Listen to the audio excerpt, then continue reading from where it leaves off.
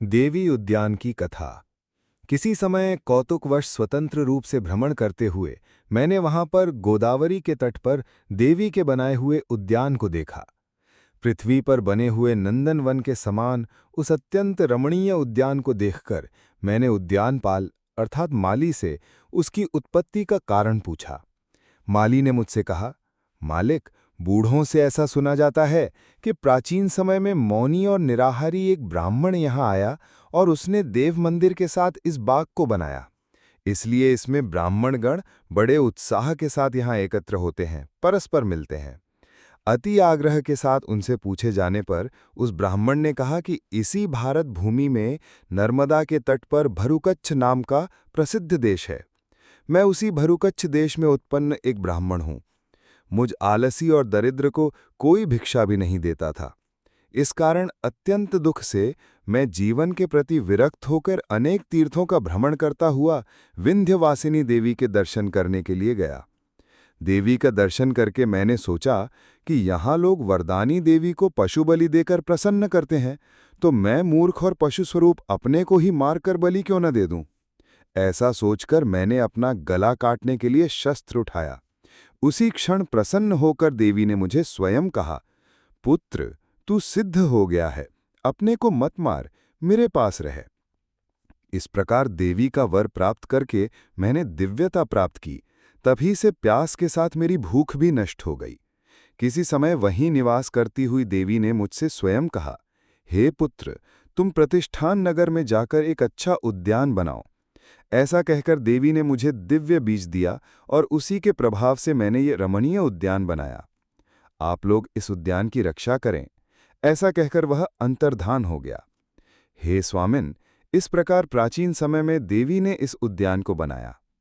उद्यानपाल से इस प्रकार उस देश में देवी की कृपा का समाचार सुनकर मैं आश्चर्यान्वित होकर घर के लिए लौटा। गुणाढ्य के इतना कहने पर काणभूति ने कहा कि राजा सातवाहन यह नाम क्यों हुआ। तब गुणाढ्य ने कहा कि यह भी सुनो। प्राचीन समय में दीपकर्णी नामक प्रसिद्ध पराक्रमी राजा हुआ। उसकी प्राणों से भी प्यारी शक्तिमती नाम की रानी थी। किसी समय रतिकाल के अंत में उद्यान में सोई हुई रानी को सांप ने काट लिया। उससे अत्यधिक प्यार करने वाले राजा ने उसके मर जाने पर, संतान रहित होने पर भी ब्रह्मचर्य व्रत का धारण करने का निश्चय किया। किसी समय राज्य के योग्य पुत्र के न होने से अत्यंत दुखी राजा को भगवान चंद्रशेखर ने स्वप्न में आदेश दिया, किसी समय जंगल में घूमते हुए सिंह पर चढ़े हुए बालक को तुम देखोगे, उसे लेकर घर जाना, वह तुम्हारा पुत्र होगा। सोकर उठे हुए राजा ने स्वप्न का स्मरण करते हुए प्रसन्नता प्रकट की। किसी दिन राजा शिकार के सिलसिले में जंगल में दूर तक निकल गया।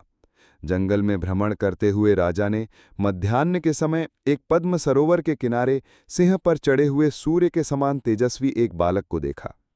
इसके अनंतर राजा ने स्वप्न का स्मरण करते हुए बालक को उतारकर पानी पीते हुए सिंह को एक बाण मारा। बाण लगते ही सिंह ने अपना शरीर छोड़कर तुरंत पुरुष बन गया। उसे देखकर राजा ने पूछा कि तुम्हें यह कष्ट कैसे हुआ। सिंह, मैं कुबेर का मित्र सात नामक यक्ष हूं। मैंने एक बार स्नान करती हुई एक ऋषिकन्या को देखा। देखते ही वह और मैं दोनों परस्पर आसक्त हो गए। उसे गांधर्व विवाह द्वारा मैंने पत्नी बना लिया। ऋषिकन्या के बंधुओं ने यह जानकर उसे और मुझे दोनों को शाप दिया कि तुम दोनों पापी स्वेच्छाचारी सिंह बनोगे। ऋषियों ने उस कन्या को पुत्र उत्पन्न होने तक की शाप की अवधि दी और मुझे तुम्हारे बाण का आघात लगने तक की। तदनंतर हम दोनों सिंह की जोड़ी बन गए। कुछ समय बाद वह यानी कि सिंहनी गर्भवती हुई और इस बालक के उत्पन्न होने पर मर गई। मैंने इस बालक को अन्यान्य सिंहनियों के दूध से पाला है। आज तुम्हारे बाण के आघात से मैं भी शाप से छूट गया हूं। इसलिए तुम इस महाबलवान बालक को लो। यह बात पहले के ही शाप देने वाले मुनियों ने कही थी। ऐसा कहकर उस सात नामक यक्ष ने अंतर्धान हो गया। वह राजा उस बालक को लेकर लौट आया।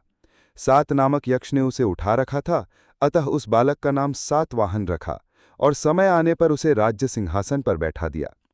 कुछ समय के बाद राजा दीपकर्णी के वन में चले जाने पर वह सातवाहन राजा सार्वभौम बन गया।